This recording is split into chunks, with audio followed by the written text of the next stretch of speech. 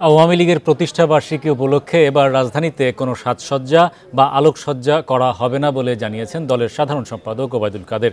কঠিন সময় বিবেচনায় নিয়ে দলের সভাপতি শেখ হাসিনা এ নির্দেশনা দিয়েছেন বলে জানিয়েছেন তিনি। দুপুরে রাজধানীর ধানমন্ডিতে আওয়ামী লীগ সভাপতির রাজনৈতিক কার্যালয়ে সংবাদ সম্মেলনে এসব কথা জানান তিনি।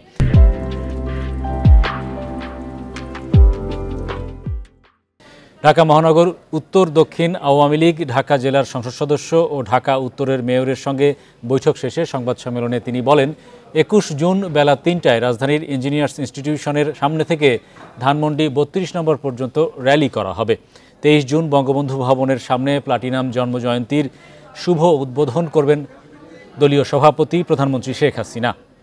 একই দিন বিকেল ৩টায় সোহরাওয়ার্দী উদ্যানে হবে জনসভা।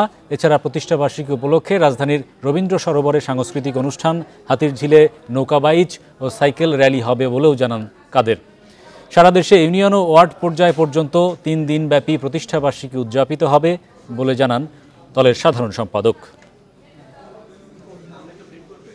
নগরীর বিভিন্ন জায়গায় সাজসজ্জা, আলোকসজ্জা আমরা করব না। আমাদের নেত্রীর নির্দেশ যে এ কঠিন সময়ে আলোকসজ্জা বিষয়টা বাদ দেওয়া।